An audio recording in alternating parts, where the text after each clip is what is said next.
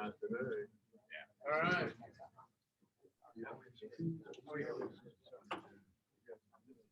Gentlemen, welcome to the fall interpretation meeting of the New York State Wrestling Officials Association. We want to thank you all for joining us today. And appreciate you understanding the slight delay we had getting started for this morning's meeting. If you will, please rise for the Pledge of Allegiance. I pledge allegiance to the flag of the United States of America and to the republic for which it stands, one nation, under God, indivisible, with liberty and justice for all. At this time, we'd like to turn the meeting over to our interpreter, Steve Dahlgrove. And thanks a lot. Here we go. All right.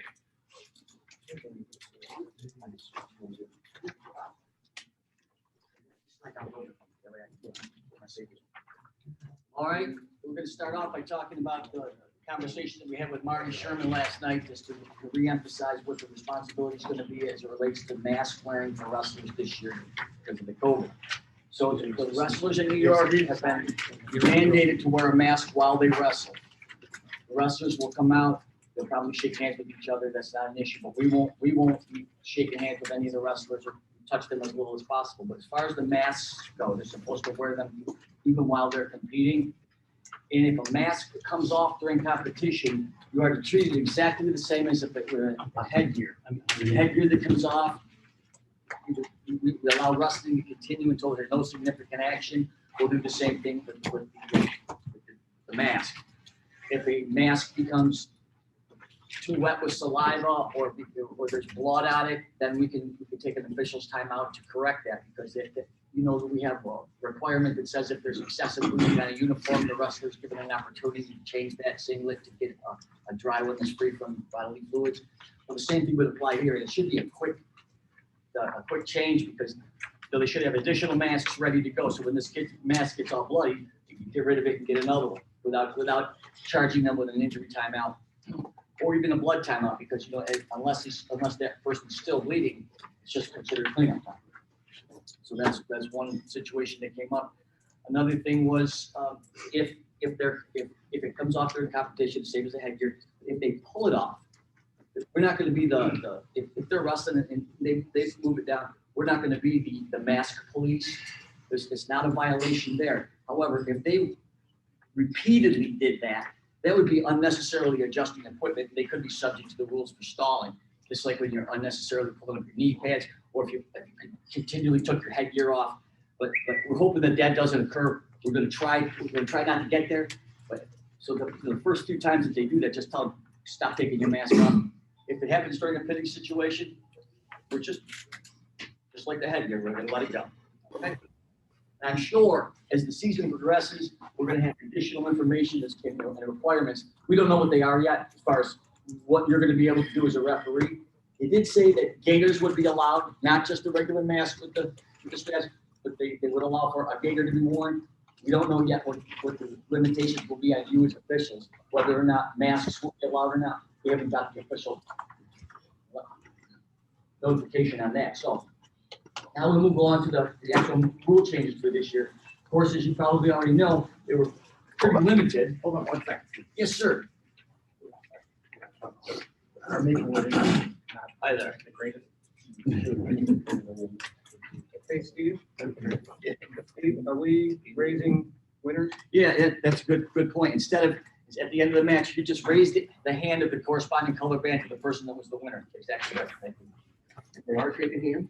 As far as I know, they're going to come out because I haven't heard for sure 100%, but I'm thinking they're going to shake hands because they do it instinctively, and there will be no penalty if they do. So we're just going to get them out there. If they shake hands, there's no penalty for that. Steve, And we're going to get additional information from Marty before the season begins. With the mask again. Yeah. Usually several times with the headgear, then they go on injury. Are we going to ignore that with the mask? This is a unique situation, yes. We're going to ignore that. Ignore it. Okay. Let me ask your questions again. You were off mic and probably good for the other people. Oh, yes, yes. Okay, if in the interest of the people that were online, I guess we got cut off there. Yeah. We'll go back and we'll review it. That's what what Marty said last night was that if during competition, the mask, which is being required to be worn by the wrestler, becomes displaced, the referee is instructed to treat it exactly the same as an ear guard that comes off during competition. The match will not be interrupted. It will only stop the match to replace the mask when there's no significant action. If a wrestler begins to bleed, we obviously, if it's a bleeding situation, we have to stop the match for blood, just like we would if they weren't wearing a mask. So we'll do that. However, if the mask becomes bloody, because you're typically going to have a bloody nose and it's going to be saturated, we'll take an official's timeout and allow that competitor to replace the mask with a fresh dry mask. That will be done as an official's timeout, not as an injury time or blood time, unless the bleeding is still occurring, in which case they would go on blood time and treat the blood, and then we would cut the blood clot off and give them an opportunity to clean up, and that replacing the mask would be considered as part of the cleanup time. Is that everything I discussed? So about Glenn's question about racial. Oh, yes, and then a question came up from the floor. One of the policies that we as officials are gonna do is, we won't be raising the hands of the wrestlers. We'll do the same as we did last year. Just raise the arm of the corresponding color band to the wrestler that won. So green wins the match, you step back and say, raise your hand with the green color band. And then, repeated Oh, yes. mask coming off, we're If- gonna ignore that If with injury. Thank you. If they're intentionally pulling their mask down, there's no violation there yet.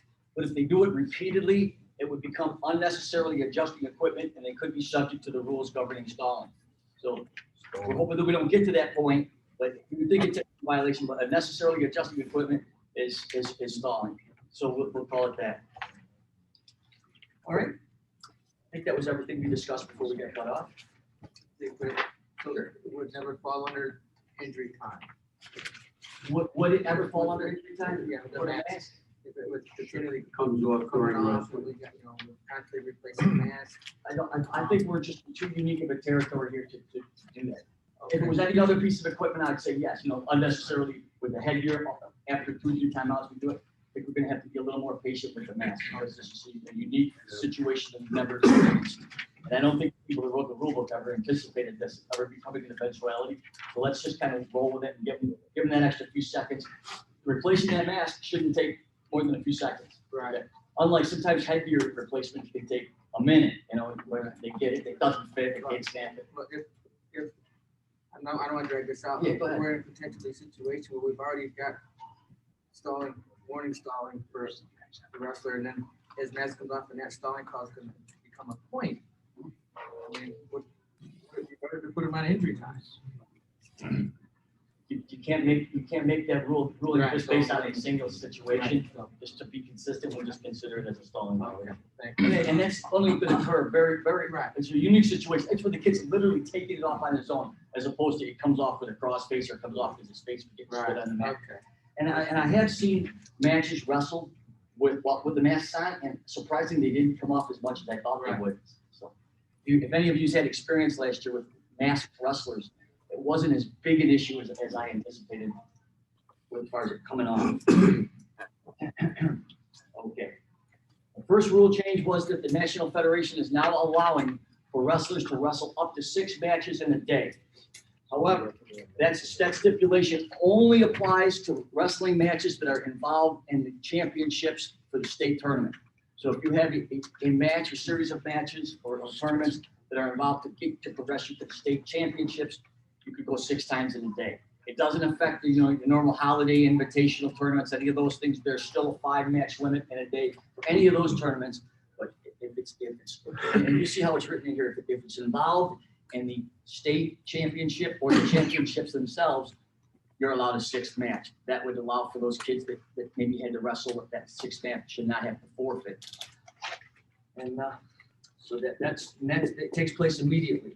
A couple of these things we're going to talk about aren't going to take place this season, but this one does. Steve, Yes, would sir. that also apply because the sectional tournaments are qualifying to the state for the Because that's a qualifying tournament for the states, my understanding is that, yes, that would be class tournaments because as it's well? because it's postseason, just like the sectional tournaments don't count as one of your 6. Yes, because sectionals are a postseason event that are involved in selection for the state process, then yes, they would be The allowed class that. tournaments as well. Correct? Class tournaments as well. Yes, correct. Okay, now at the bottom of this page, you'll see two charts, A and B. We're gonna just flip over for that for just a moment. And this rule is not gonna take place until 2023 and 2024.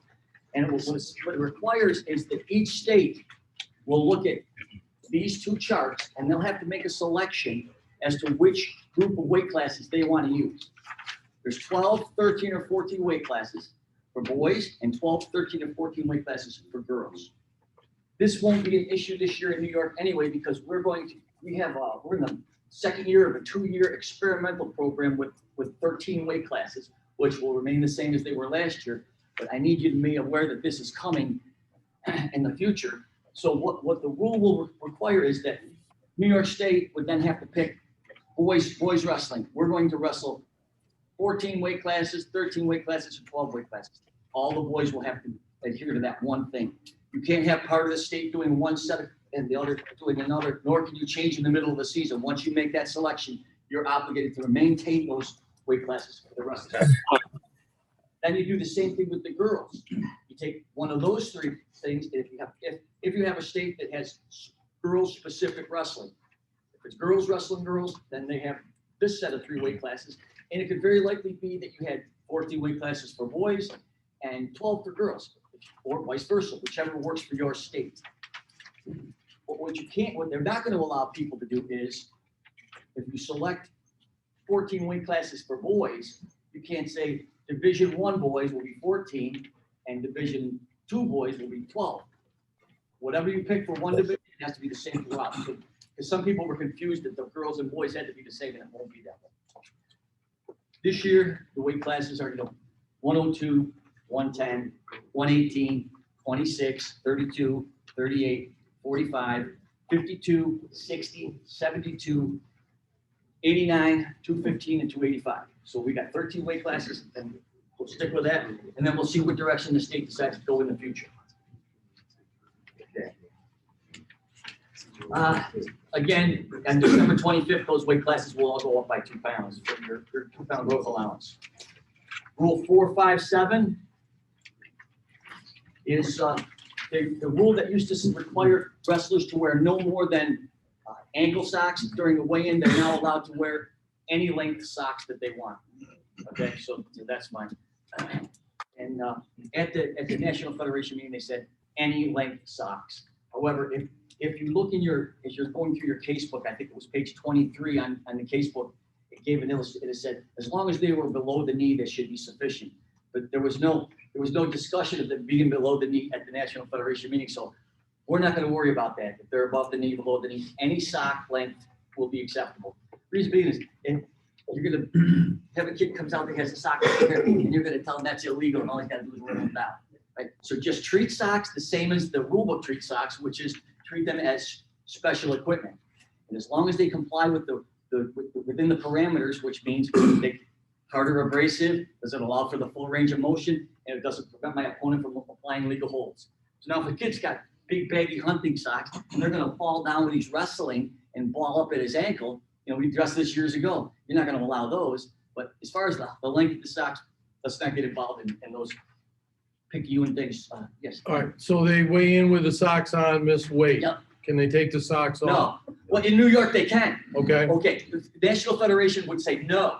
But we're unique in New York in that not only can they take the socks off, they can leave the weigh-in area and come back, 15 minutes later and up to 30 minutes later and retry.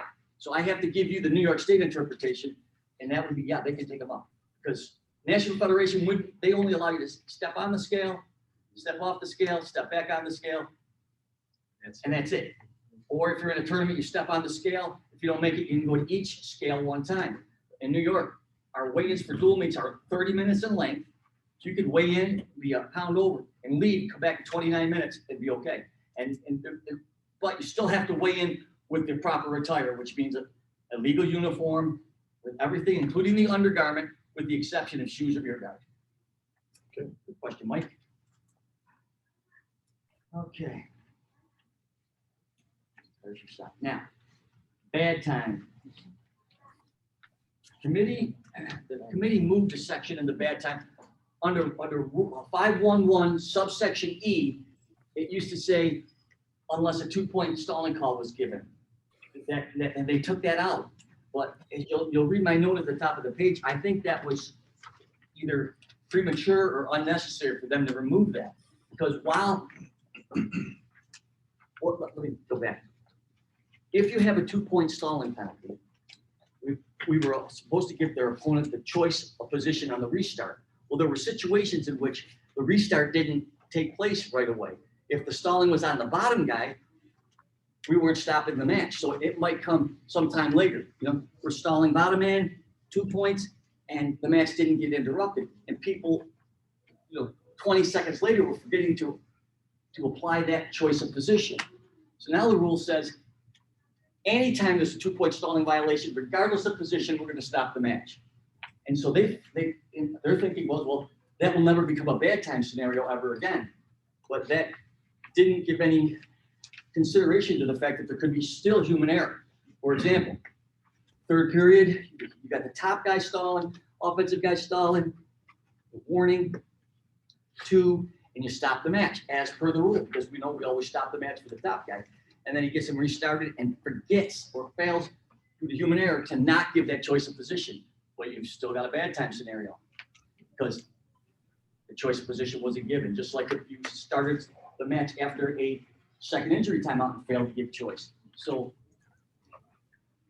they did make that change, but as I say, I don't think it was necessary. And the philosophy of the rule still exists. If you don't give the guy the choice, you have a bad time scenario. The next major rule change was HNC timeouts. Any injury to the head, neck, cervical column, or nervous system, if you're taking a timeout to check an injury in that area, is considered an HNC timeout, and that is now a separate, entirely separate category of timeout. Instead of having it be part of the injury time and extending the injury time to a maximum of 5 minutes, they're going to consider an HNC timeout as a separate timeout in and of itself. You now have injury time, recovery time, blood time, an official's timeout, and HNC time. Those are the 5 timeouts in wrestling. Head, neck, cervical? Head, neck, and cervical. If there's ever an injury to the head, neck, cervical column, or nervous system, and the wrestler he becomes injured again in that same area, there's no way they could take a second one. It's automatically they must default the match. Okay. Only time we're going to be giving this additional 5 minutes of time is if it's a request from the appropriate healthcare professional. Appropriate healthcare professional in this instance is different than the appropriate healthcare professional for determining whether or not a skin lesion is legal. We also allow, in these instances, to allow a certified trainer to be involved. So if there is an appropriate healthcare professional, which would be a nurse practitioner, a physician, physician's assistant, or a certified trainer, they're the ones that would make that request and say, I need more time to evaluate this wrestler. Now, let's say that the 2 wrestlers collide, they hit heads, and you start the injury clock, and this person's on injury time. And the coach says, I'm concerned about it. He's looking a little goofy to me. And I said, well, no, John Aponte always looks like that.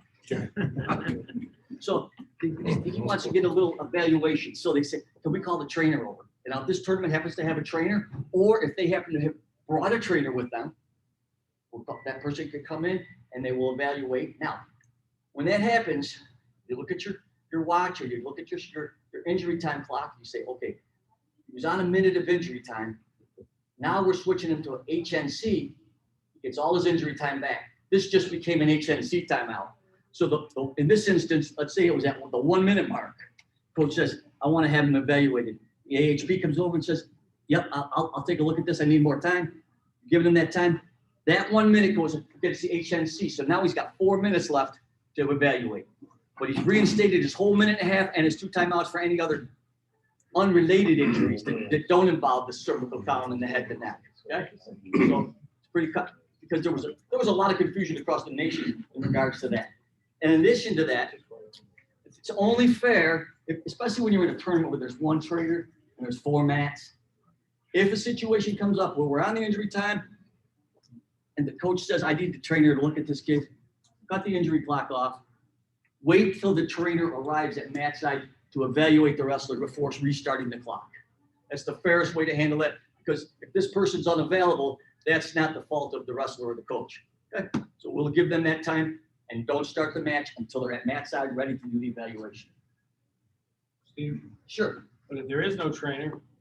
If there's no the trainer, coach there's can't still, use this time, nope, just injury. no trainer, then they're gonna be a minute and a half and 2 timeouts, that's end of story. And the other thing is, you can't take a recovery time situation and add time to it. So if it's a injury to the head, neck, or cervical column that occurs as a result of an illegal hold or unnecessary roughness, you're only gonna get 2 minutes. You can't request that extra time. Now, once the 2 minutes is up, you can do whatever you want. And you can take him to the hospital if you need, but you're not gonna get the extra HNC time and still be able to wrestle, okay? It doesn't carry over. In addition, let me just might answer your question. In addition to that, HNC time is now added to the list of things that do not go away in the event of bad time. For years, as I've been teaching classes, I always say there's 5 things that don't go away if there's a bad time scenario. All the scoring goes away except flagrant misconduct, unsportsmanlike conduct, unnecessary roughness, illegal holds, and blood time. You can now add a 6th item to that list. HNC time also is not voided. So there's now 6 things that stay in the event of a bad time scenario. David, you got a question? I did. Has there been a change in the designated on-site appropriate healthcare professional? Because in the past, I think we included nurse practitioner and EMT. Yeah, EMT is fine. Yes. EMT EMT is good. Yeah. and RN. Registered nurse or nurse practitioner. It says nurse practitioner on my papers, but I don't know that I don't remember the distinction between those 2 groups. But since they're allowing for a certified trainer, An RN is not an. an RN is not. No, Okay. but in last, Practitioner, they do not fall under the same. Okay. Well, in this instance, we are allowing for certified trainers, so there's a little more latitude. I'll have to look into that for you, David. Let me write that down. But I know for sure with skin conditions, we're absolutely stuck with nurse practitioner, physician's assistant. And they used to say DO, but they got rid of that, but not a certified trainer. So since for this, they added certified trainer. Let me look into that and get an email out to you. Because that's a NIFS question. They're the ones that have to tell me what they're going to allow, okay? I will, yes. Trainer. It would be the course also. All right. I'll find out, David. And then there was a question over here as well. Yes. Can we put wrestlers on HNC? Like, I know in other sports that I do, we automatically, if someone bangs their head, we're like, coach, we're stopping time. Yes. And saying, he may seem okay, but he's there scratching his head and we're. What you should do is not make that diagnosis. You should let it go to them so that you're not deciding the HNC, because what the rule tells me, it says only the appropriate healthcare professional will ask for that. So now you can put them on injury time whether they want it or not. Whether they want to extend that is not a decision for us, okay? You can decide, even if the coach says, I don't want injury time, say, coach, just hit his head, let's take a look at this kid. And he can't do anything about that. But you would be overstepping if you said, well, I'm making them take 5 extra, these extra minutes, okay? So that only can come from the age, the appropriate healthcare professional. Steve. I got one. What if the referee falls under that category of EMT or one of those medical professionals and sees some sort of concussion symptoms or something? Treat yourself as a referee until the situation ends. Now, if you want to step in, because the match is over, but as far as that match goes, you're there as a referee. Don't insert yourself as an EMT and get yourself into that liability boat. Okay, I would recommend you not do that. Even though you're trained for that, pretend you're only there as a referee and deal with it that way. And give it to coach.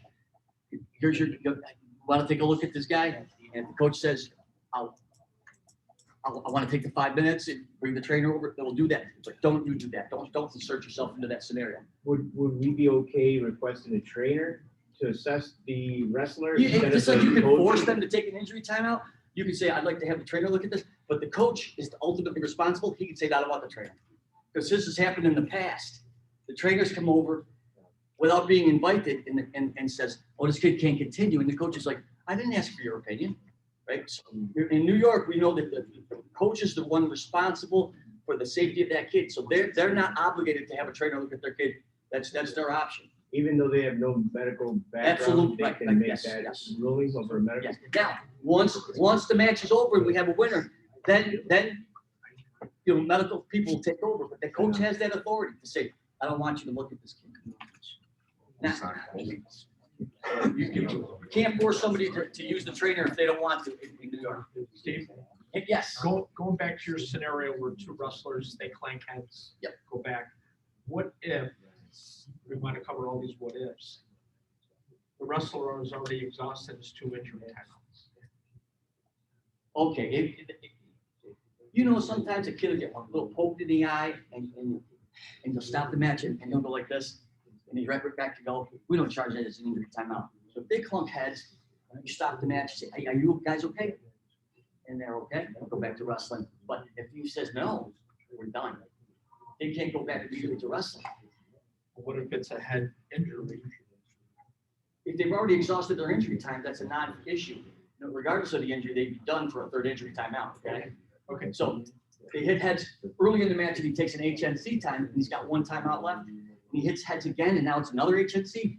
Even though he's still got injury time left, you can't take a second HNC. But in your scenario, they've already exhausted both of their timeouts. So if they inadvertently, like I said, a poke in the eye or the kid tweaks a little bit and shakes his hand, and you say, are you okay? I'm not going to charge an injury timeout for that because they clunk heads. Are you guys okay? One of them says, no, I'm not. Done. Because you can never have a situation with a third injury timeout, regardless of what the injury is about. Because every HNC starts with an HNC though. That's what It I always was does, saying. yes. It always starts You're with gonna be in an injury time before you You go don't to get the head third. and cervical, it's gotta be requested. Okay. Yeah, you always. Oh, I see where he was going with that. Because it's a separate one. No. Yeah, but it always starts that. It always starts with initially always. an injury time. So the coach he can't come out and say, I want an HNC right away. No, Because he hasn't used it. yeah, but as a referee, That's what. He's gonna say, I have 5 Let me minutes. research it. Yes, we're not medical professionals. right, you gotta refer back to that. I think the critical. I didn't understand where you were going with that, but I get your question now. I'll look into that. Timeouts. Because he's used his 2 injury timeouts. Yeah, But now he's got a he bum said, ankle. yeah, Use 90 seconds. that's a legitimate question. I think I know what the answer will be, but let me find out for sure. Yes, I would Matt. think- I would think it's a moot point because if you start with injury time, it's the first one, and they say they want HNC, they're getting their injury time back anyway. This is So. This is not the first time. But this is the third time, but it's an HNC timeout. Now You he might has have a good loophole here. You might have a He wants to legitimate loophole. automatically go into HNC. Right, so you guys might have put your finger on a legitimate loophole. Let me look into this.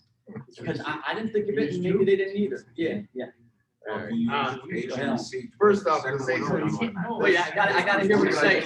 The HNC Yeah. is basically the same protocol as concussion. It's what it is, yes. Yeah, so you're just gonna follow the same protocols that you follow for HNC is the same protocols you're gonna follow for concussion that we've been doing all along. Secondly, what are we gonna do if you're saying kids clunk heads? Got one trainer. This coach over here says, I need a HNC. Now this coach over here says, I need a HNC. You can handle it 2 different ways. You can bring both kids together and have them, work on them simultaneously, or you could say, sit down, we'll be right with you. 10 minutes later, Handle this you know. one, then handle this one. Okay. When this guy's ready to wrestle, cut the clock, and start the clock on this one. Unlike bleeding, if you had 2 kids that were bleeding simultaneously, they're both on the blood clock. Right. And then, so as a coach, what I'm gonna do is I'm gonna stop my kid's bleeding as quick as I can and say, it's on him now. Right. Get out there. This one here was same thing. But in this instance, since they're taking the HNC, you might as well use the whole 5 minutes, coach, because you ain't gonna bank it. You ain't getting it back, right? And then this would be the same thing over here. But yeah, because we've only got one trainer, and what I just said was, we'll wait till that trainer becomes available. So if he's not available for this one, because he's with that one, we gotta wait. David, Yeah, David. Could you talk again about HNC and recovery time, please? Just- Yes. As a result of an illegal hold or unnecessary, it's bam, he gives him a really hard crossface and the kid's dizzy, and coach he doesn't want to give up that match and win by default. He'd like to continue the contest. That's not an option. if they want to continue the contest, then he's got to be ready to go in 2 minutes. You can never extend a recovery time and add extra time, even if it's a head-related injury. Okay. It's not an option. Now, So there's is still the recovery- option. And let's say a body slam. This kid's out. I mean, he's just out. And the coach knows this kid was already losing 14-0. He was going to lose anyway. I hate to have my kid go to the state finals or whatever because of this. They still have the ability to default that match to their opponent, but they can't have the additional time to examine the wrestler to see if they can continue. So, my clarification, recovery time, there can be no You can never extend a recovery time. Recovery time, here, simplified, recovery time will never exceed 2 minutes. As a result of an illegal act. Because always recovery time will be from something illegal and it can never exceed 2 minutes. Now, once that 2 minutes is over, you can bring in all the doctors and medical personnel you want, okay? Yeah. Yeah, just a technical thought here, and that is, you know, we have nothing in the match itself as far as winning and losing. And there are times that I feel, need to step in and help that coach come to the logical conclusion that he should come to. So the idea is that you look at the facts. We're taking injury time, but you see that he's dizzy, he's disoriented, not sure where he's at. The coach just wants to, you know, get him back in and get it rolling. I think there's an onus on us that we kind of direct that coach. Coach, this is the facts. This is what I'm seeing. And do not give opinions because then you're entering into a dictionary. But just say, you know, maybe you might want to have the trainer take a look because he seems to be dizzy. He is not sure where he's at. You know, they did have a pretty significant impact there, and try to nurture that coach in the direction of the safety of the kid, which sometimes they may not be totally in. You could certainly do that. And as a matter of fact, it could actually evolve into a situation where you say, I'm not letting the kid continue. Always have the authority as the referee to terminate the match, even if the coach doesn't want to, if you're concerned about continuing. A great example, I think, would be several years ago in the finals of a tournament, the kid's fingers got broken and were dislocated. And the coach said, no, he's good. And the bone was sticking out. And they taped it up, and the kid went out and he put his hand on and he finished the match out. And then they put him in an ambulance and he had a 6-hour surgery. That was a case where the referee could have stepped in and said, I don't care if you want this, it's over. So you have that authority to terminate a contest if it's in that wrestler's best interest. And even though you're not diagnosing this as a concussion or whatever, if you think it would be unsafe for that wrestler to continue, you have the authority to overrule the coach and say, I'm not letting him continue. It's not helpful. Okay. But as far as you giving him helpful guidelines to try to steer him in a direction, I have no problem with that. Okay. Because a lot of times you got to remember, you're maybe more clear-headed. They're dealing from a position of emotion many times, and it clouds their judgment. So if you can help to uncloud it, that may be beneficial to you and the rest of the group.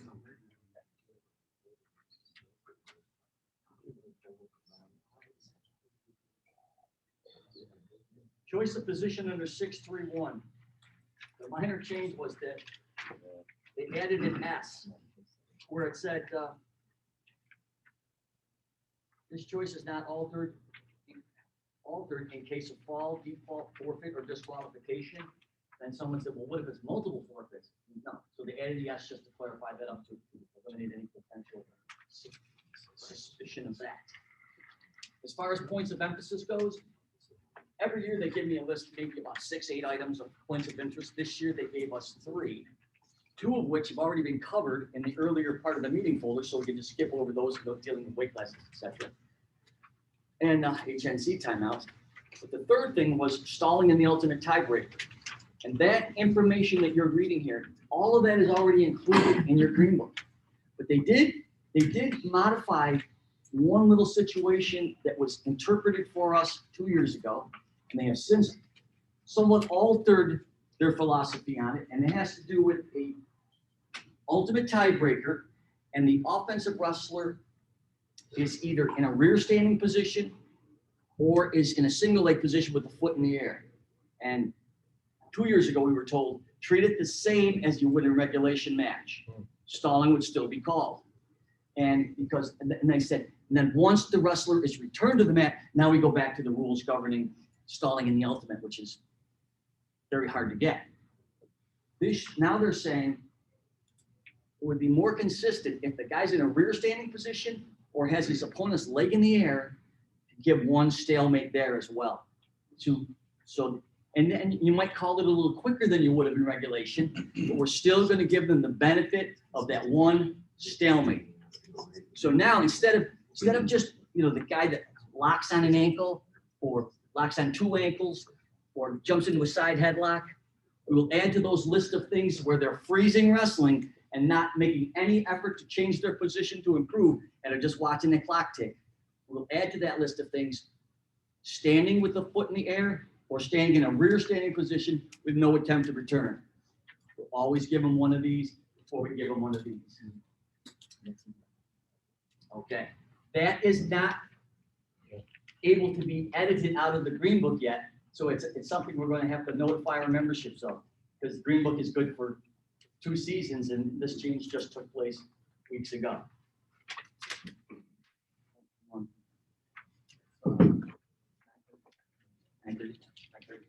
Okay, yes, Real quick, with the ultimate tiebreaker, guy stands up, comes down to an ankle. If action's going on, the guy's trying to.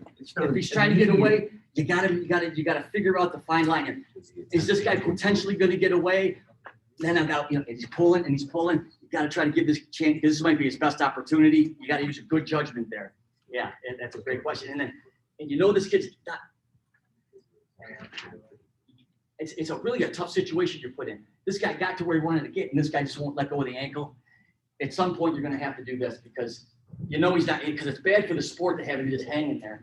So, but I'm going to give him every opportunity I can. If I think he's making progress, I'm going to hold back. I'm not trying to chip that kid out of his escape, but by the same token, we can't have a situation where the kid refuses to move. Yeah. Steve, is that a New York State change? No, that was a national federation. That the reason it was in the Green Book is not because it's a deviation from the federation. It was just to let you guys know, because the question comes up all the time. What is our obligation during a ultimate tiebreaker in terms of stalling? So it's in everything you just read here, that came from the National Federation meeting folder. But the language is now different than in our Green Book because our Green Book doesn't allow for that stalemate in the rear standing position. It tells us that we would call stalling the same as in the regulation match, but that's not. And honestly, David, that's not a New York thing. That's an FHS. It was not only was it the points of emphasis this year, but about 5 years ago, it was in one of the meeting folders that they set out in the early season. Okay, I'm gonna sit down for a minute and let Mike take over, and then, Nick's gonna have a little thing, and then I'm gonna come back up and talk a little more with you. Okay. Excellent. Thank you very much. One of the things that the executive committee thought about was that a number of us did not get on the mat last year for various reasons. And some that did get on the mat, there was not a significant amount of work, so you didn't get really a full season in. And so before we get started with this season, we felt it was important to touch on a few things that you already know, but are probably somewhere in the back of your mind, and we want to bring them up to the front. And they're simple things, don't be offended, but I think they're important. First of all, you need to understand that what we do is a craft. Officiating wrestling is a craft. And it takes time, effort, as you all know, to perfect that craft. And one of the expectations, I mentioned it last night, these athletes have been working out at camps all summer. They've been going to freestyle camps. They've been going to Fargo. They've been busy. And the question you ask yourself is, what have I been doing to make myself better and ready for the coming season? So the first and foremost thing is you need to get in physical shape.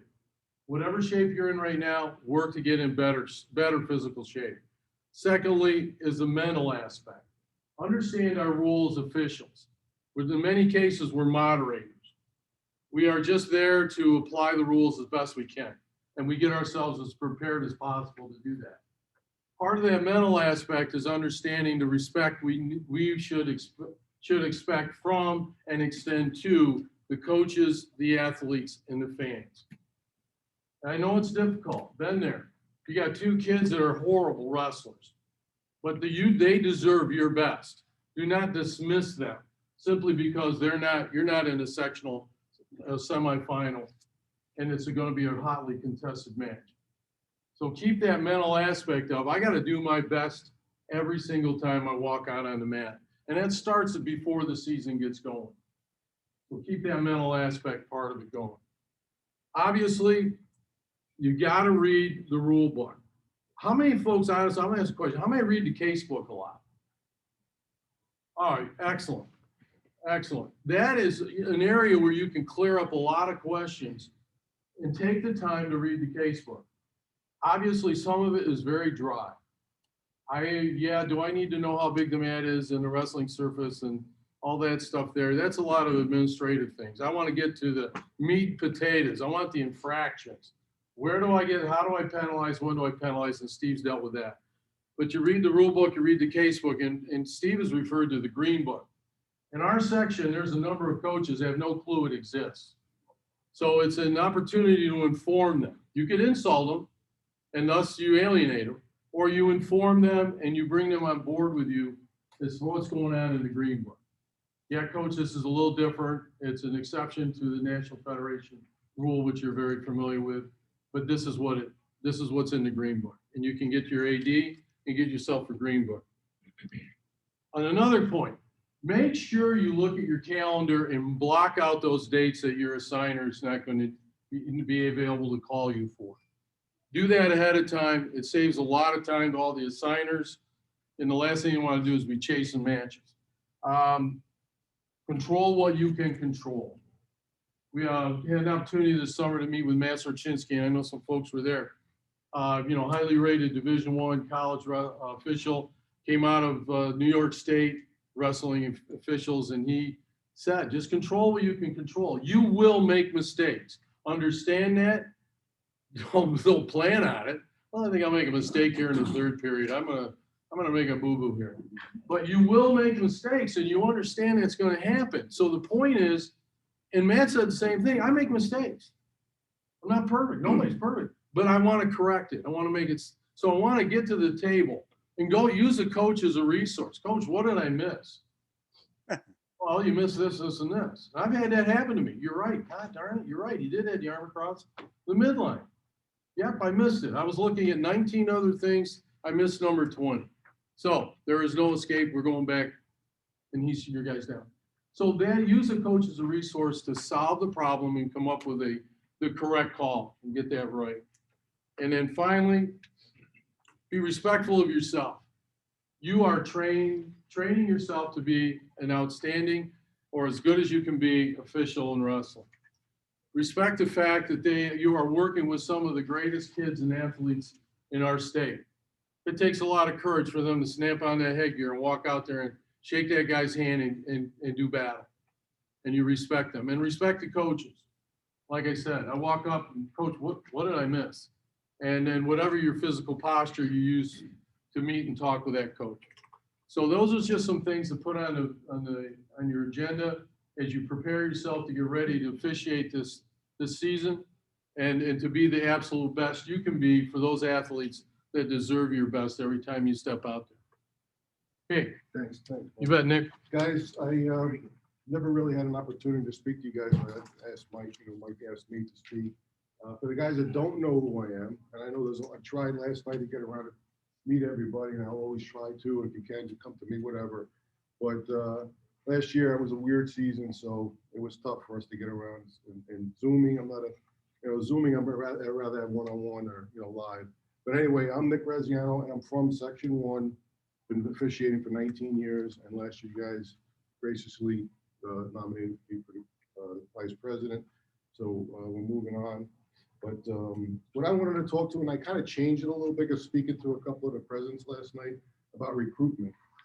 It's so important for us because we're all getting older, we're not getting younger. And I know my association, I've been trying for so long, I've been president for so long, and recruitment, I just never stopped. And this year we got 3 guys, which for us is huge because we only have like 6 guys, and it worked out really well. But I just encourage a lot of you guys, to talk about, I don't know if I'm gonna come back next year. I don't know if I'm gonna come back in 2 years or everything. But I just challenge you that if you are thinking about leaving, to bring somebody in to replace you. Just one person, if you can, obviously, but just an idea.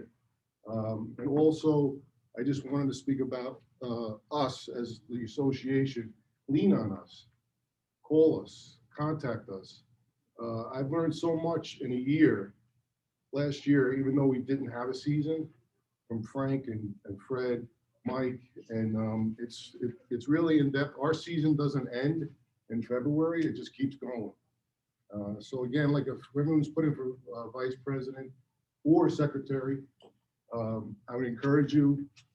Freddie is a great guy, and I was talking to a couple of people about it, but Freddie's gonna put it, it's a hard guy to replace, but he's got a turnkey operation for you, so don't be nervous about doing it.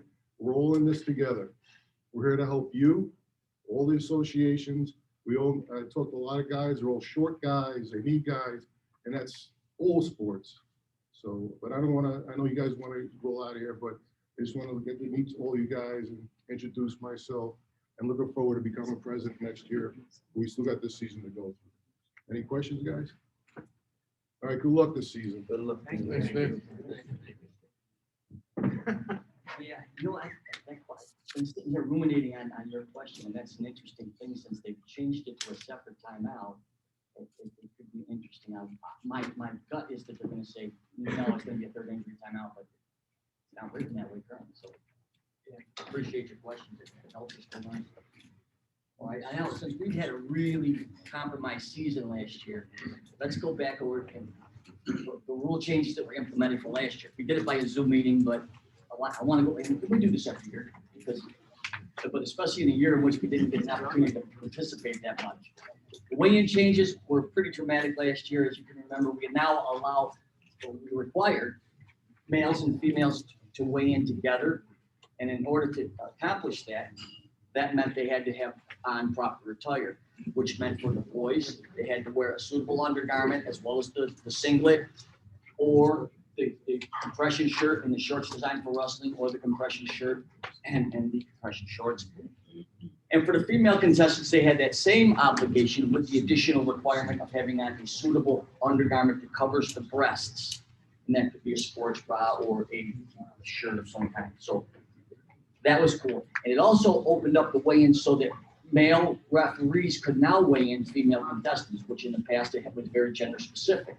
It also eliminated any potential conflicts with transgender students. So it was just a way to go. And there will be no additional allowance for those uniforms. If that uniform weighs 2/10 of a pound, then that's an extra 2/10 they're going to have to cut.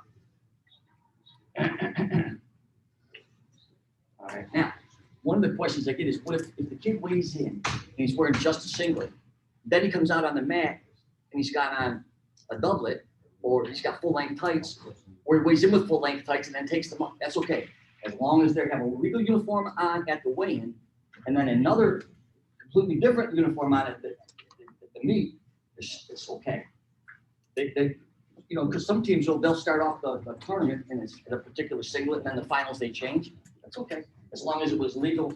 Whatever they had on was legal. Whatever they have on now is legal. We're good. It doesn't have to be the same. Yeah. I don't know if you can answer this question or not, but when we talk about suitable undergarment like a sports bra for females, as men, I'm not trying to categorize anything, but what would we consider a suitable undergarment sports bra? This is brought up, a female referee, I think out of New York City, brought this up to me over the summer. We're at Matt's meeting. So some of them undergarments for sports bras have like wire in them. It could be considered a dangerous situation during wrestling. I mean, is there anything written? Nothing in there. Now, and this is a little outside my area of expertise, to be quite honest with you. Yeah. And I'm still trying to figure out how to get them unfastened.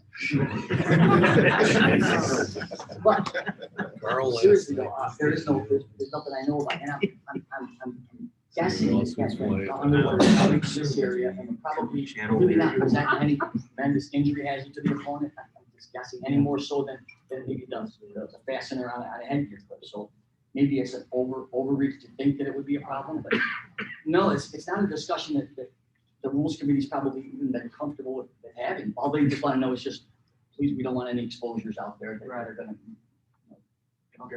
I just want to make sure there was nothing written or anything. No, we no, need to look for. only language I have is what you're seeing. It says a suitable undergarment that completely covers the breast. Okay. And so I don't know, I don't really know anything beyond that. In relation to the city, where that came from, in the city, we have instructed all the coaches that because of the construction of the underwire, they can be removed, and in the event of wrestling, they can puncture the breast. So therefore, all the coaches have been instructed, and their wrestlers, prior to wrestling, that the underwire has to be removed. In the case of sports bras, where there is no opening to remove it, they have to snip it and remove it that way because of the puncture. And the rationale and the reasoning or the spirit of the rule was just like a piercing on a belly button. It's covered, it's abrasive, it could cause an injury. So that was the concept there. I will do some brazier research. I know what we can find out. Thank you. Yep. Interesting. All right. In addition, we added a rule that would allow for a technical violation to be called in the event that a shoe came off during competition.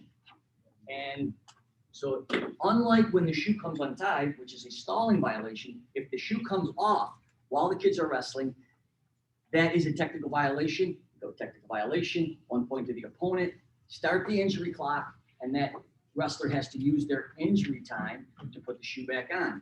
And if they've already used 2 injury timeouts, the match is over because they don't have that at their disposal. Now, if the shoe comes off during an imminent scoring situation, don't stop the match unless the imminent scoring situation is on the kid whose shoe came off. In other words, if I'm about to get a takedown and this person's shoe happens to fall off and I'm still scrambling for the takedown, let that person finish their takedown attempt. But if the person's on their back getting pinned, it's just the same as any other technical violation that occurs during a pinning situation. We don't interrupt that contest. We allow the match to continue, and only when the pinning situation concludes do we penalize. Keep in mind now, if a person's on their back bridging and you're holding a 3-point near fall, and then if the bridge causes their shoe to come off, and then when the person bellies out and the pinning situation is concluded, in addition to the technical violation to starting the injury clock, you have a 4-point near fall, because we're going to apply 511(2) subsection I, which says anytime a penalty occurs during a pinning situation, we will also add the screen rule, which is 511(2) FGH and I. Okay, Steve, sir. with the shoe coming off, we're on the edge of the mat, and I'm wrapped around your ankle. You're Yes. trying to get away. And all of a sudden, I'm holding your shoe, and you got away. And it actually happened in South Carolina 2 years ago. It wasn't an escape, but the kid came around and got the reversal, and there's the shoe, and the kid he got away because the shoe came off. You can't score. So in your situation, the kid pops his foot out, and it looks like it's an escape, but the shoe came off. No escape, technical violation, 1 point, you're going back down. Start the injury clock. So yeah, in the situation I had, the kid was coming around behind, he was coming for a reversal. The shoe slips off, which allowed his foot to come out, came around and covered. The referee went 2, then they talked about it, and they decided that that wasn't the correct call, and they got it right. The correct call was no 2, you're going back down, technical violation, start the injury clock. And that would be how to handle it. You can never benefit from having your shoe come off, nor should you be punished as of the guys trying to score for your opponent having his shoe come off. So you want to delay those calls and not let that person ever benefit from the fact that the shoe came off. Yeah. Well, I had a situation where the kid had his shoe secured, laced to the top, everything. I mean, it was still all secure. I mean, everything was proper. And through wrestling, the kid ended up with a shoe in the hand. Yeah. And the coach is like, that's a technical violation. I said, how can I hit this kid when he had to literally untie the shoe that was laced all the way to the top, had to unvelcro it to even get to the knot, Yeah. to put it back on. I was like, you know, if he'd had the laces down below the eye holes and stuff like that, I could see it, you know, it wasn't late. But he had everything properly done. I mean, he literally had to unvelcro it, pull the knot out, Yeah. undo the double knot to get the shoe back on. The language in the National Federation handout that I copied some of this from, it said that a shoe that's laced up won't come off during competition, but you just proved that to be inaccurate. But that particular wrestler probably should use tape in the future, tape them on, because there's no stipulation that says, it says if the shoe comes off, and it will be assumed that it wasn't adequately. I mean, because I Secure. looked at the shoe. I went I over, got the you, coach I got was you. hollering, and I went over and I took And the I see where shoe. you're coming from. Believe me, And I I'm like- understand. I'm It like, just says we're operating from the position of if that shoe comes off, that it wasn't adequately I got it secured. wrong, but I just couldn't see penalizing the kid. benefiting Guys, I know exactly, you know, you're thinking this, I'm gonna use good judgment on you, but I don't think that we don't have that wiggle room. The language says if a shoe comes off, it is assumed that it was not adequately secured, so. And like the kid's gotta be like tiny little feet or something, but he's gonna have to tape it on in the future. I'm not mad at you for not calling it, I mean, I get it why you didn't, it's like, okay. I mean, when I looked at it, I was like, How could this come off? how could this come off? I mean, and I looked at his other one, and he had the other ones exactly the same. I was like, I got you, brother. No, all right, so we're good with that, right? hey, I'm not perfect, remember? Matt, so we're not all. Wait a minute, write that down. Control what you control. Logos. The restriction on logos on the ear guard, this rule is not going to be implemented or enforced until next season, July 1st, 2022. At that point, we will become more alert to the types of things that are being put on ear guards, such as multiple logos, advocacy things. But for now, we're not enforcing that rule. In fact, they talked about people wearing headgears that have Marvel characters or Disney characters, you know, any number of things that would not be allowed. You know, these superhero things like you're seeing, that wouldn't be allowed in the ear guard. Ironically, you can still wear superheroes on your shoes.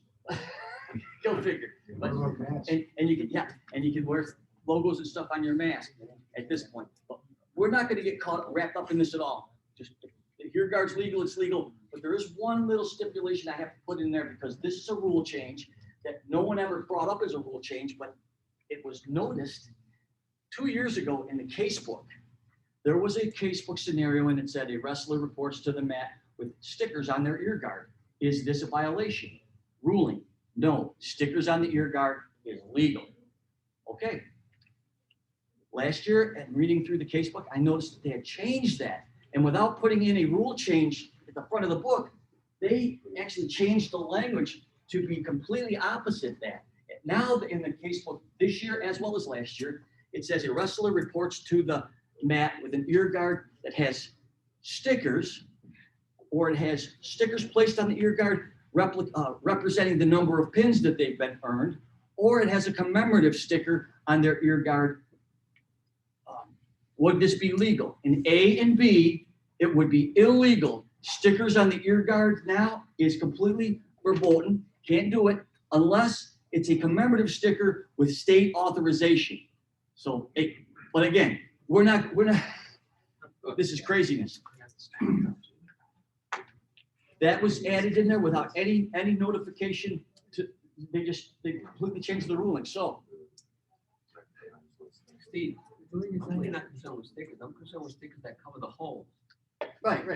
Well, they're saying stickers in general. And that the whole thing with covering the holes, that was why one of the reasons, as well as sanitary conditions and bacteria and stuff, was the taping of the ear guards, which everybody did for a while. The pressure. They buy a brand new one and put tape on it.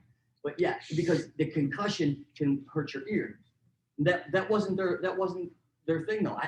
It didn't have to do with that. We still have the stipulation in New York. We have a waiver that allows us to have tape on the ear guards for the straps and and this strap, but we still can't put tape on the ear guards for that reason. And so stickers, we're just saying no more stickers, okay? But even if they're not covering the holes, because that's what the book says, all right? And so what you're probably gonna see is more kids that will get the things on there that they want on there sublimated, just so it's part of the ear guard, you don't have to deal with the whole thing, right? All right, so, I'm still unclear, because you said there was something, the case would say that there was something that was allowed. 2 years ago, it said stickers were allowed. I got the page numbers here. In 2020 and 2021, the casebook rule 431 situation D stated that stickers are allowed on the ear guards and they commit, oh, wait a minute. Or not. Okay, that's a typo. I wrote that up wrong. In the 2021, it said they're not allowed, and in this year it says that they are allowed, and this year it says that they're not allowed, okay? Okay, so it should cross out the That's right, word that was a not. typo. Situation, wait, 2019, 2020 casebook, situation D states that it is permissible to have stick-ons placed on the wrestler's ear guard. There it is, okay. So it is. As long as they do not relate to something that is unsportsmanlike, that's fine. Now, that was 2 years ago. Last year, I'm reading my casebook and I see that there's been a change. It now says stickers are not allowed on the ear guards and that commemorative stickers can be allowed if approved by the state association. Diametrically different than what was earlier interpreted. But one would think that if they were going to change something of that magnitude, would be in the front of the book as a rule change. Right. And yet it wasn't. Until New York gets a stipend. We'll get a stipend for that, or not a stipend, a waiver. That's right. They give you a stipend for finding the damn Sorry, thing. we'll get a waiver for that. So what are we doing? Crossing out not or leaving not? No, it's. We're leaving it. All right. They're not. That's here. You see where, I got it. I was reading the wrong spot. It says it the way I wanted it to say. All it. right. It is, here it says, it is permissible. It is permissible. Right. I But got then that. here, it is not permissible. And that's why I bolded it. It's no longer permissible. Correct. All right, good deal. Waivers. Hair rule. Wait, I got it. You got all that? You got all those knots? Nope. David, that sticker part, since that's in now, we're gonna enforce that part now. But as far as them having a Cornell or an Ohio State or Penn State or a Green Bay Packers thing or Marvel's Comics or any of that stuff, we're waiting until next year. Multiple logos, because what we were finding is almost every manufacturer had multiple logos. If you got an Adidas, it's gonna say it here, it's gonna say it here. Some of them had it in 3 or 4 spots. They had it on up here and they had it on a chin strap. So they wanted to give manufacturers an opportunity to come into compliance and still get rid of some of their inventory. So that's why that's being delayed. But stickers are being added on now. If it's something you're adding on, then you're doing it now, and you're causing yourself this discomfort. So we're not going to allow the stickers, but we will allow them to have multiple manufacturers' logos or things with commercial advocacy references and all those things for 1 more year. But beginning July 1st, 2022, no more. I hate to go down this rabbit hole, but how do we address name, image, and likeness now that they're allowing high school kids to also benefit from that? I have no idea. I don't know. I mean, I just don't know. because we have logo rules and regulations. Well, if But they can't. if that's the case, they wouldn't be able to use their name, image, or likeness on their ear guards, even though because it could financially benefit them. They can't do that. No. They can't do it in uniform either, so. Okay, No, but that's you know good. what I'm That saying, was it's just a a solution. rabbit hole, but. I Yeah, don't wanna yeah. go there. Oh, and yet, we're during girls who wear shoes that have his name on them. Well, it's a stipulation for the. Okay. Yeah, I did. It's outside my pay grade. No more hair rule. That was interesting. Anybody have any nightmare stories with the hair rule? They take me down there. The hair just has to do with the length, right? And how they wear their hair, but they can't have much greasy stuff.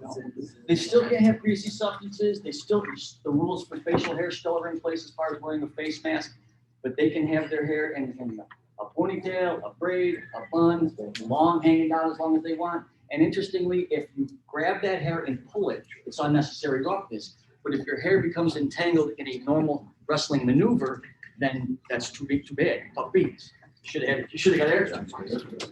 So we're not, if it gets, you're 2.5 and the kid says he's pulling my hair, This is how the coach teaches us how to run.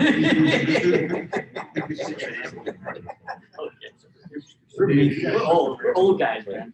Steve, Yes, really sir. fast. Face mask comes off, they have a full beard. You treat it the same as an ear guard that comes off. You don't worry about it. No, Let the beard go. Oh, if they have a face mask on, oh, you mean they have a COVID face mask? Yeah, now it comes off in wrestling, you see they have a goatee. because they had face masks on. Yeah. Right. No, when you inspect the contestants, you're gonna have, just like at the airport, they made me pull my face mask down, look at my license and then put it back up. You're gonna have to do the same thing in the locker room. You're gonna just say, put Just your for mask on. clarification. Yes. When you first said mask, I imagined a face No, mask. that's that face. A COVID mask, yeah. That's a excellent point on the sun. We didn't really remember to do until about mid-season. And this came up, they said, from now on, we're gonna step back and say, let me see your fingernails, turn around, lower your mask. Let me see your fingernails. Turn around, lower your mask. Just take a step back, give them their space. Yes, I'm done. Okay, just a point of clarification, Mhm. I want to make sure I heard you right. Hair longer than allowed by rule Yes. does not have to be bound. No, it can be flying in the wind. Yeah. There's no restriction on the hair. Okay. If it's in their eyes, whatever. Right, so they don't need a hair control device. They can use one, but it's. They can use But they one. don't, it can be, They can use a hair control device, which would include a rubber band, a ribbon, or yarn, but they can't use barrettes, anything hard or abrasive, etc. Or they can opt to wear a legal hair cover at their own option. Mhm. Sure, sure, sure.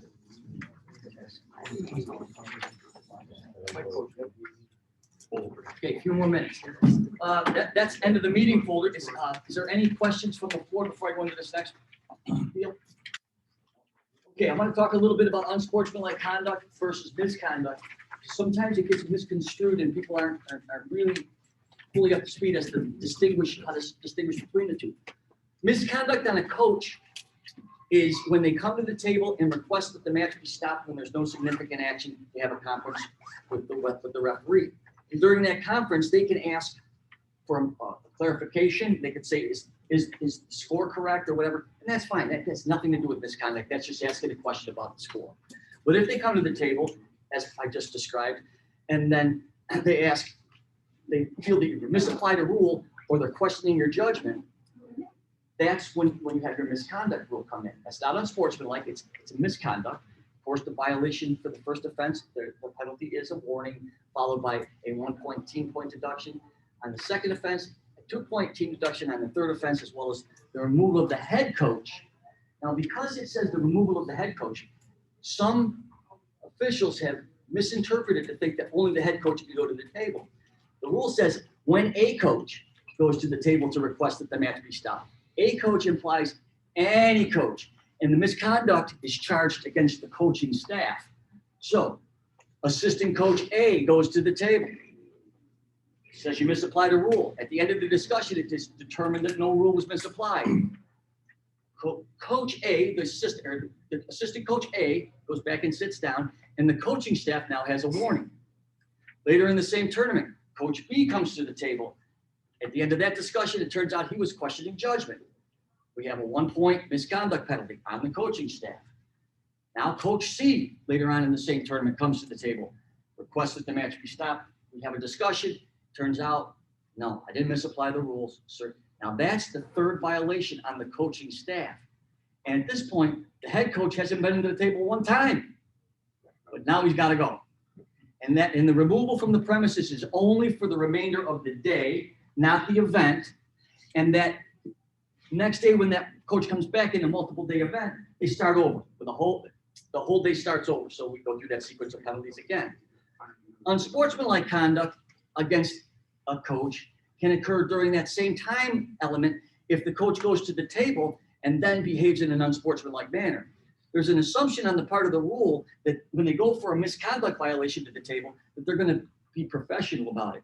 If they get to the table and they begin to swear at you or do things that could be interpreted as unsportsmanlike, and you want to penalize the person that's doing it, that's on the offender. You know, if my assistant as the head coach comes to the table and then starts to throw papers on the floor or behave poorly, then that would be an infraction penalized against the offender. And that's unsportsmanlike conduct and results in the deduction of a team point on the first offense. Now, if you have a team bench area and you hear something that you just can't ignore it, it was a swearing situation or what have you, that you just can't ignore, and you know exactly which person said it, you'd say unsportsmanlike on that individual. Many times, all you hear is the thing that they said, the F word or whatever it was that got your ire, and you don't know who said it. That's going on you, coach. Unsportsmanlike, you got to control the bench. So when the offender can be determined, we will penalize the offender, but there will be times in which the offender can't be determined. It could have been a wrestler that said it. Got to control your bench, coach. Right? And we're not looking for those calls, but you just should know how to call them when they occur. Now, the second part of this scenario is unsportsmanlike conduct as it relates to wrestlers before or during the match or after the match. The exact same action that could result in the deduction of a team point, if it happened before the match or after the match, could occur during the match, and it's only a match point. So, before the wrestlers wrestle, one of the kids does something unsportsmanlike, and you call it, it's unsportsmanlike conduct, deduct a team point.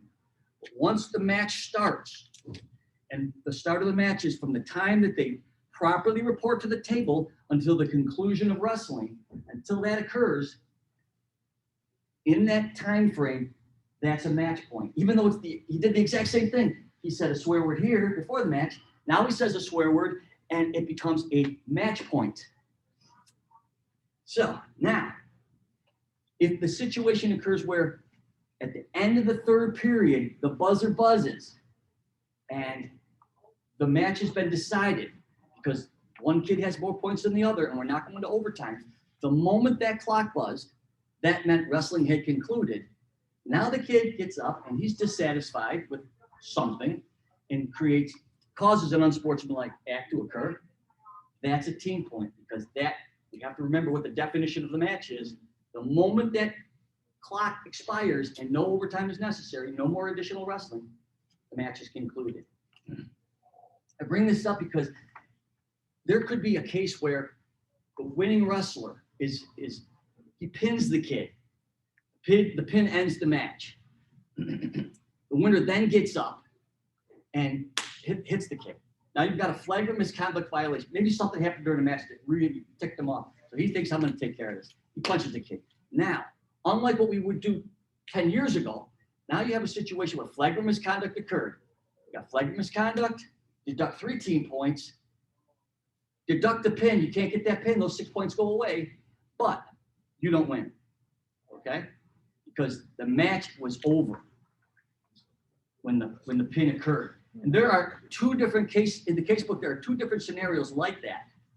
And one of them, if I can remember correctly, the wrestler is ahead by 14 points, puts his opponent on the back, and now you're holding 3. And so he's holding 3. You already had a 14-point, he's holding 3, and the buzzer buzzes, and he comes up with the 3. And so now you're 14, 15, 16, 17, 0. 17, 0. Okay, he ducks the kid. What really happened was the match was over for the technical fall anyway, and the fact that the buzzer buzzed. So here's what could happen. If you're holding 3 and he punches the kid, you stop the match, you give the 3, and then you say, that was a technical fall. You already won, but now you lose. Because you got to recreate the match in the order in which it occurred. And so when I did this, that created the tech fall. So the tech fall, you can't lose now unless one thing, flagrant misconduct. Boom. So there was a time when this could have been a huge swing. We would say, you don't get the 6, deduct the 3, you do get the 6. That's not the case anymore because we don't require the match to, we say that the match is over just like the National Federation. We used to require the match to not conclude until the end of match procedure.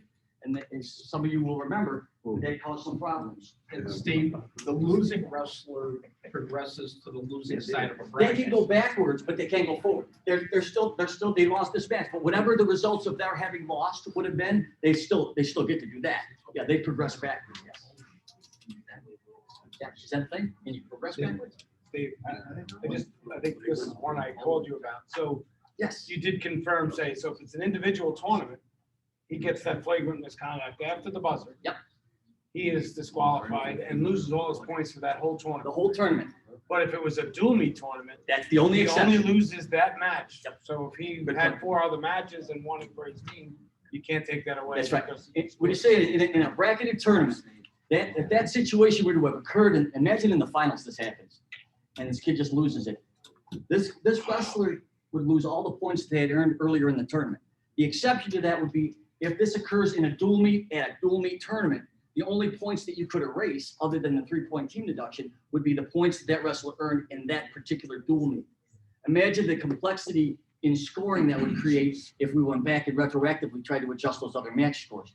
It would be a nightmare. So, that's a good point. Thank you. And now in a dual meet tournament scenario, like Bobby just said, if there's a final match to occur, that wrestler, according to their section, won't let that wrestler in the next match wrestle because of the flagrant. The flagrant misconduct, the kid would be done for that entire event. And in New Okay. York, they would also be required, and this is a New York thing, Yeah. to sit out their next scheduled event. Correct. And that's true, even if you get thrown out for multiple infractions for unsportsmanlike. It usually involves a coach, where the coach gets disqualified as a result of 2 unsportsmanlike actions.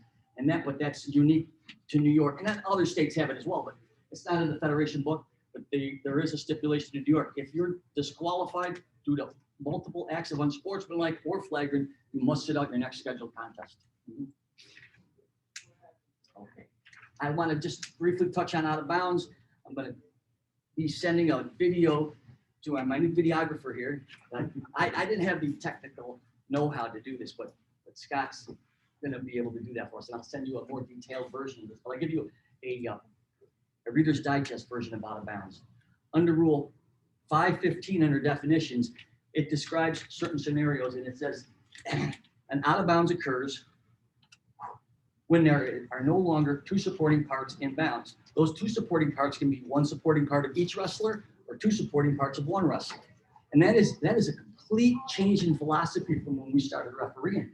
Usually for years, all we had to do was watch and see. There's one out and wait for the next thing to come out, and they were out. Now we've changed our philosophy. We're not calling them when they're out of bounds. We're calling them when they're no longer in bounds. So it's a different philosophy, and it's created a lot more scoring and a lot fewer match stoppages. So I love it, but we're a little inconsistent. And I think that there's a case where, as I watch people referee, they're kind of just eyeballing it up. Like, yeah, I think that's far enough. I'm calling it.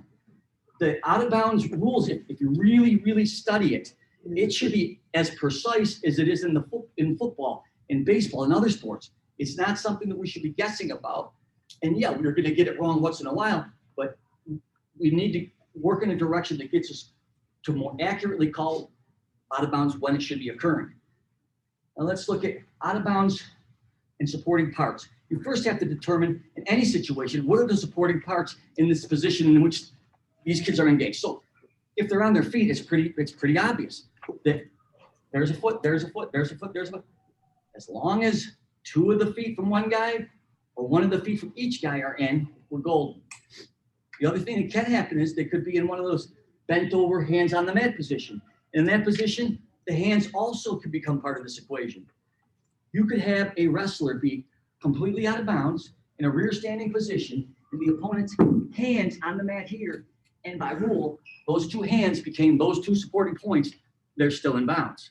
Okay, so that's kind of a unique scenario. But the hands are now considered the supporting parts if they're touching the mat inside the 28-foot circle, even if they're not supporting weight. So it used to be that you had to have the majority of the weight board on the hands, and now as long as they're touching the mat. But don't get confused when I say the word touching the mat with awarding takedowns. Unlike college, that touching the mat will not suffice in determining control for a takedown. You still have to meet the obligation of reaction time. So because I see guys say, well, his hand touched, and then there's still wrestling. Unlike college where you just touch it, it's 2, to my understanding, I don't really do college, but in high school, they still require you to meet the requirement of reaction time. Okay, so that's pretty straightforward for that. Now, as you look further into Rule 515, it says, when down on the mat, which is indicating when the wrestlers are down on the mat. Doesn't mean that the body parts have to be down on the mat. So when down on the mat, the usual points of support are the hips, knees, buttocks, head, and hands. Those are the usual points of support. Well, what could be an unusual point of support?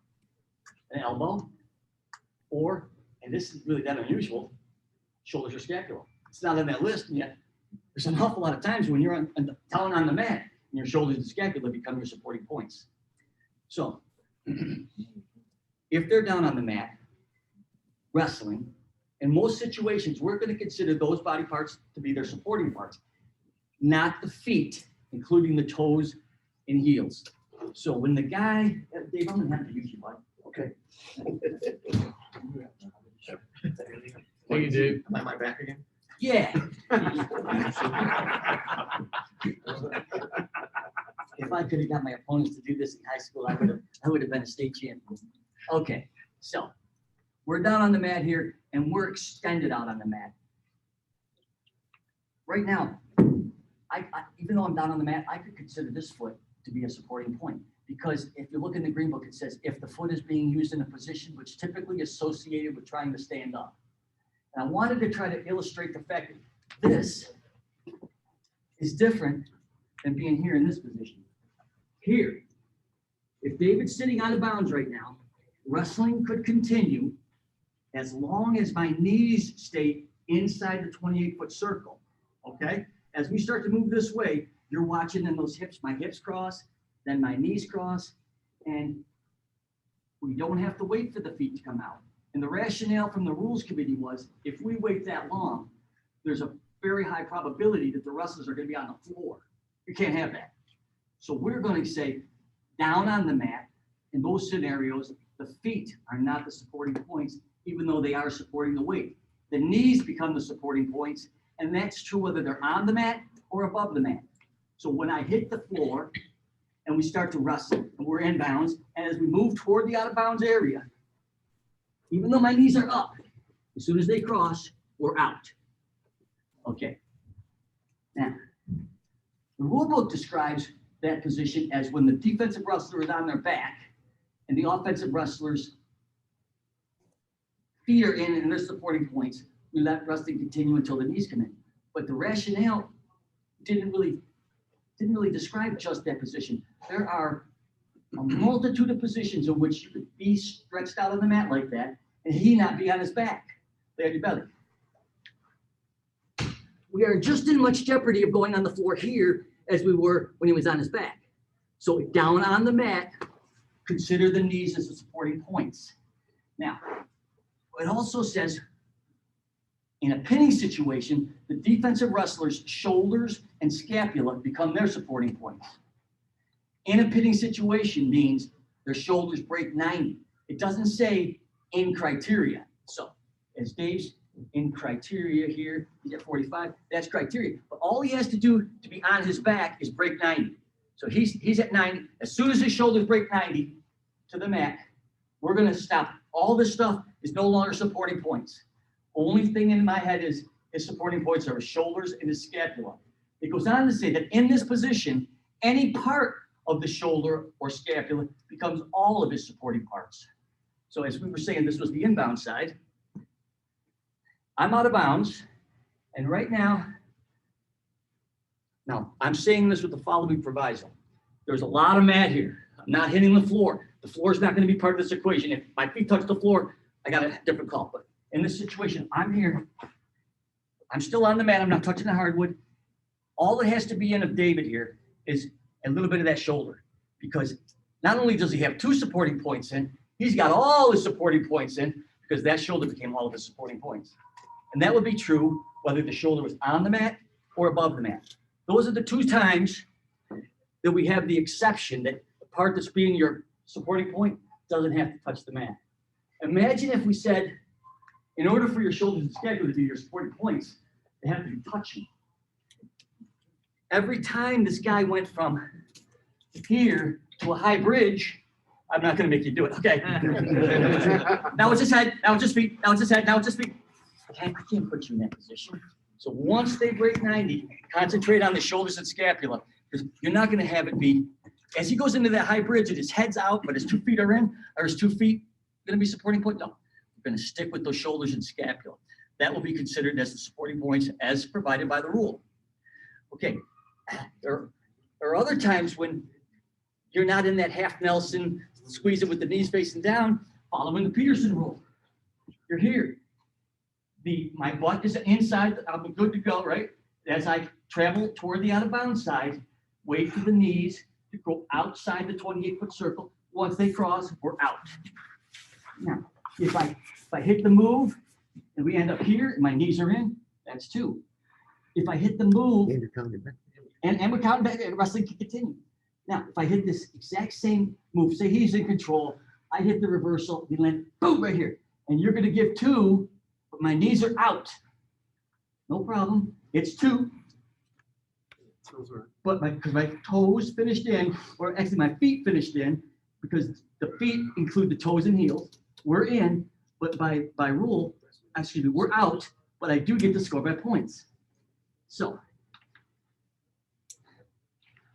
some guys they'll try to make the argument, no, the rule says that your feet are supporting parts down on the mat. And I'd say that if that's true, then why is there even a toes in rule? If this was true, that my feet were my supporting points, there would be no reason for a toes in rule because wrestling would continue here. So no, that's a misnomer. The knees. Some would argue that your buttocks is your support. It is, it is here. Right. So it is, but it's not my last supporting part. As I move this way, right? So as I move in, and that is touching, exactly right, yeah. And so even though it's literally the thing holding my weight up, we're going with the knees, and that's very consistent. Okay. Lost my train of thought. So you couldn't lift your feet up, use your buttocks as a supporting part, right? No. At the With your offensive, knees are you above couldn't your do neck. this, right, and say, well, my butt's, maybe you crossed the line anyway. Even if your butt was up like this, I'm across the line, my butt's in, we're good. My butt crosses the line and I pick it up. My knees are still my supporting parts, whether it's up or down. Doesn't matter in this position. I'm going with those knees. We can't, excuse the phrase, but split the buttocks either, right? You spin. Oh, I asked you about this. He has kind of a funny remark. I'll share with you. For years, illustration number 11 in the back of your book, it showed a diagram of feet on the mat. And it showed, let's say, this is the mat, and this is the out. And it showed the foot being partly in the circle and partly out. And it said, that's out of bounds. But now, since we've changed our philosophy about this, that illustration, if you look in your rule book, illustration number 11, right at 12 o'clock, it shows this kid's here and the other kid's completely out. This foot's half in, half out. Because it's half in and half out, it's all in. It used to be that would be the opposite answer I would give you. And so it's butt is hitting the mat. Part coolie in, part coolie out. We're good. I got part of my butt in. Part of it is all. Part in is all. Because part of it's, and then say, I can't imagine this position. Here, we're in, my feet are out. I'm still in here. Out. But as long as a little bit of that's in, we're in. And I say that assuming the floor is not getting involved in this at all. The floor is getting involved, I have to stop the match. A couple years ago, we did add a little additional help for you. If in the process of wrestling, a body part touches the floor, that is considered by rule you having been handicapped by being out of bounds. I once asked, what does it mean if the wrestler is handicapped by being out of bounds? They said, well, that means he's touching the floor, he's touching a chair, a clock, a cheerleader, a coach, whatever, something that doesn't belong there. And so we were having situations where a guy would blast double, boom, they hit the mat. He's here. Clear takedown.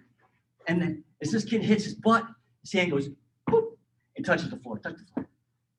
This had no impact on his ability or inability to defend the position.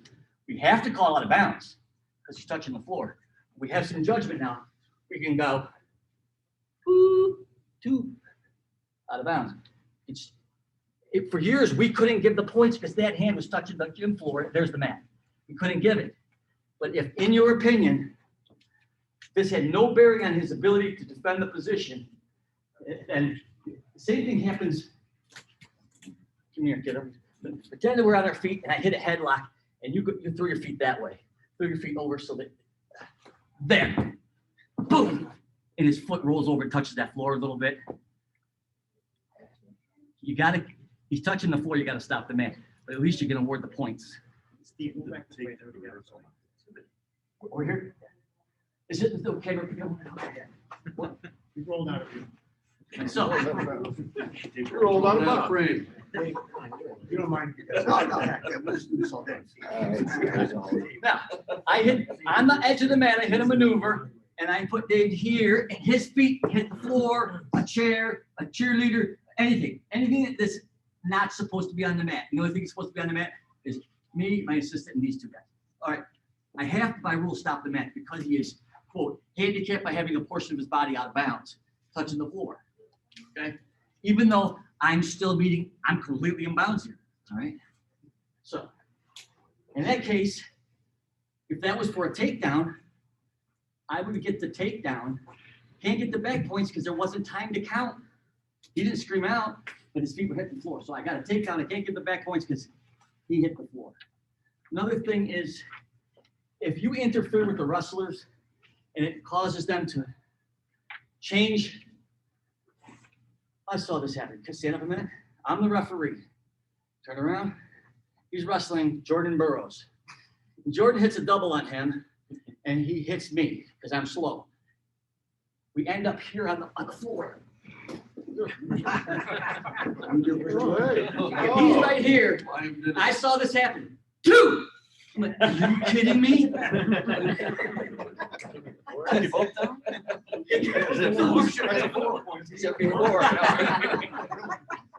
Steve, shouldn't that be four? No, come on. Two people down. Took two people. Come on, all right.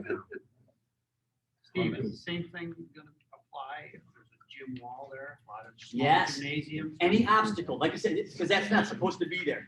It happens, we used to go to a tournament where they really crammed them in there. And I saw kids pushing off the wall with their toe. You gotta stop that. But the headlock situation, instead of going out of bounds and It hit the wall. Hit the wall. You gotta stop the What call match. is that? What do you? Now you've got to make a judgment call. Did that wall interfere with his ability to defend the position? I would argue it did. I would argue it did, as opposed to the foot that just comes out and touches the hardwood floor. I would make an argument as a coach that, yeah, he hit that wall, and that did stop his ability to defend that position. So that's a Little judgment different call. there. Yes. Steve, get back to the half cheek. If your cheek's in, everything else is out on both wrestlers, you're still in? We're in, Okay, because, I just want to clarify that. oh, excuse me, I have to have, that'd be one of my supporting points. One of my supporting points, thank you. But I have to have something You else. have two. Pardon me? You have to have two sports. You have to have two supporting, yeah, it has to be my cheek and one other supporting point. So in that instance, I thank you for that. In that instance, I would have to have had my cheek and my knee. Okay. Okay. Not my, here. So my knee's still inside the circle. Okay, inside the circle, because that's the one thing that could be up above. So here, my cheek is in, part of my cheek is in, that's my supporting part, number one, and my knee's number two. But if it was just your cheek, Just, yeah. with just the cheek, no. We gotta have that other body part in there. Remember, inside that cylinder, and the National Federation doesn't recognize the word cylinder in high school wrestling, but it inadvertently does when it tells me that the knees are the supporting parts on the mat or above the mat. It tells me it is a cylinder, but that word doesn't exist in our book. It does exist in multiple places in the college book. So, yes, Defensive wrestler's cheek is inside. His feet are inside. yes, The other wrestler is outside. yes. And then the defensive wrestler gets into criteria. Come here. Outside. Come here. Here's out of bounds over here. Okay, I'm completely out? Yeah. Okay. Is he in criteria yet? Or is he on his Not back yet, yet? he's on his cheek. He's on his cheek Okay, on the he's line. in. His cheek is on the line. Yes. And then you pull him back. The minute he Here's breaks criteria. 90 degrees, his shoulders and scapula become his supporting parts. Okay, He's out. right. And this actually happened a few years ago at the state tournament. stay here. This guy was down. Everything was out of bounds in this scenario, except this. From here down was in. And so the referee, and this is not critical of any particular referee, that could happen. They were assuming this was the supporting part. But by rule, he's out of bounds. And they had a conversation, and it was determined that, yeah, you're right. He pinned the kid, but he pinned him while his supporting part. If I was still in, we're good, right? But here, everybody was out except those knees and those feet. And I can understand why you would think that would be supporting parts in, but that's why I emphasize, always remember that the shoulders and scapula will be the supporting points whenever that person is on their back. And on their back is defined by breaking 90 degrees. So that's like David talked about. He's face down, that same situation. Yes, Face yes, down, here we go. Inbounds, because he's not there, and you're out of bounds. Here we are. And then you turn him with a half Nelson this way. Yeah. It's the one time I'm gonna punish myself. Right. He's in bounds right now. His knees are in bounds. Now he's Ah, we're out. Now we're out. That was the one thing Wayne was pissed off, and he's like, I don't like that call. I remember that, Wayne. But yeah, that is the one time when you can bone yourself a little bit. You do everything right and you stop the match. Okay. Additionally, get down to referee's position and go all the way out of bounds except for your two hands. You're Back up, everything out. wait for the frame, you're out of frame. Yep. I come around behind. We saw, how many times have I had to call this? Neutral.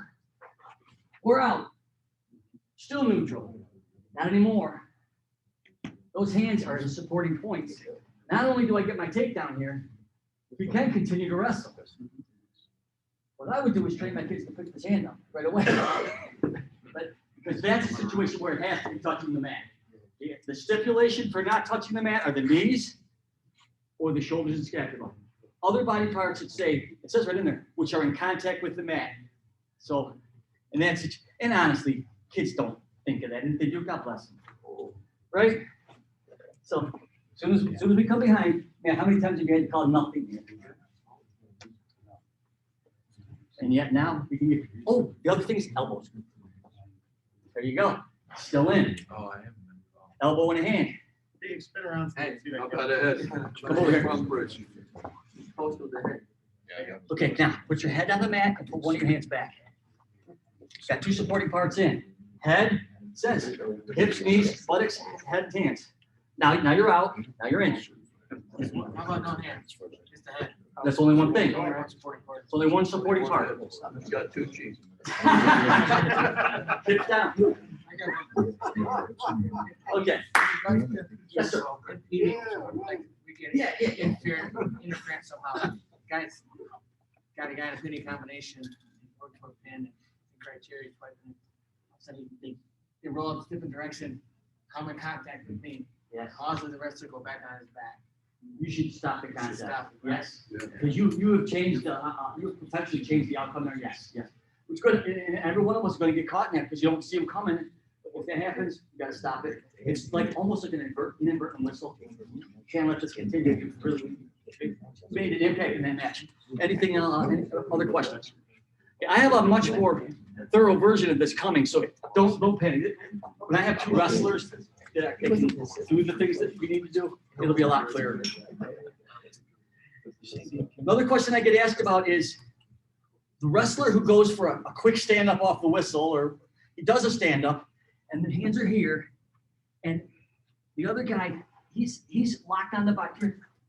He's locked on the body here.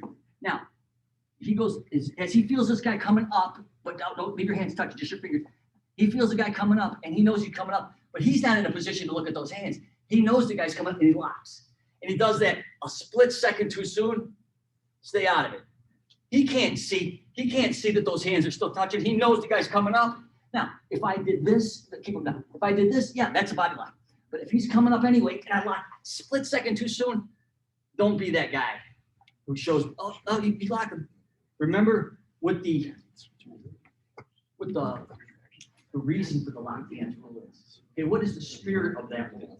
And that is clearly not in the spirit. I'm not really gaining an advantage. By doing this a half a second sooner, I haven't hurt this guy any more than if I had done it now.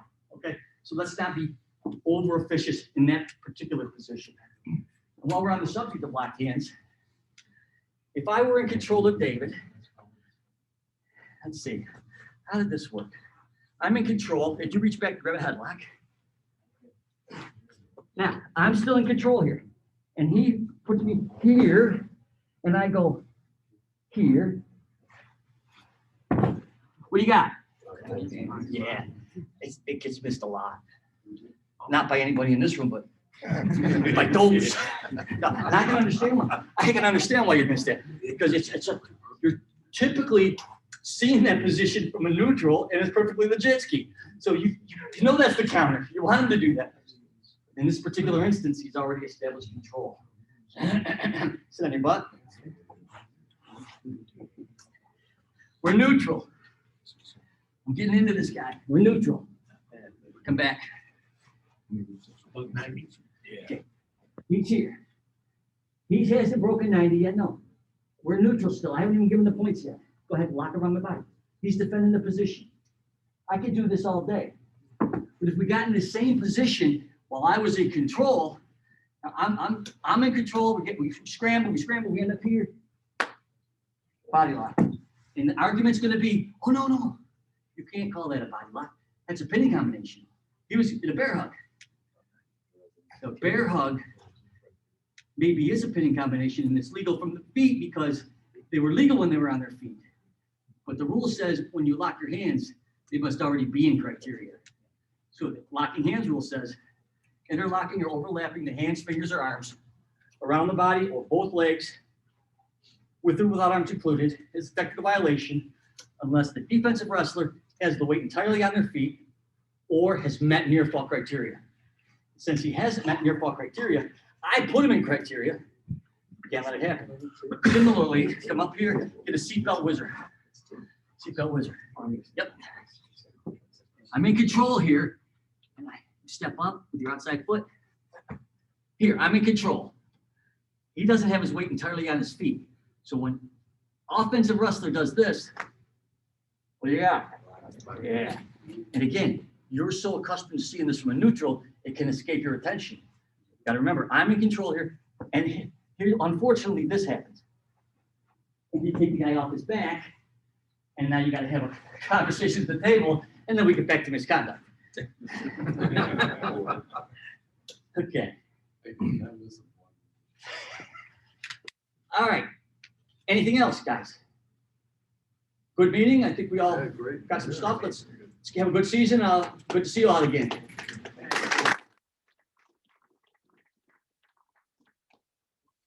Remember, get yourself as prepared as you can. Hey guys on Zoom, can you guys put your name into the chat so we can put you on the attendance? Here,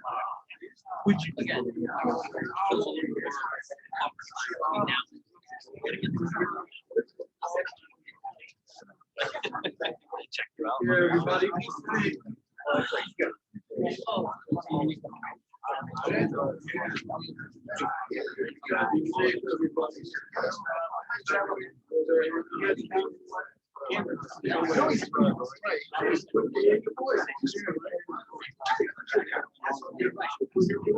All right, that's okay.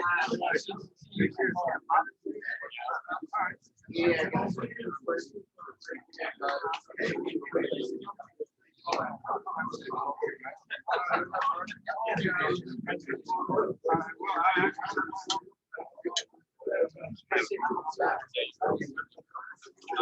Oh, yeah.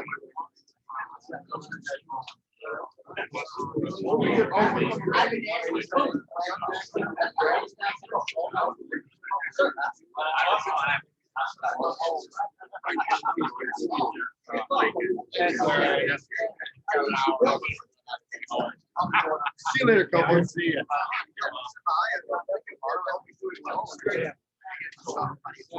Maybe we'll see him somewhere on the road.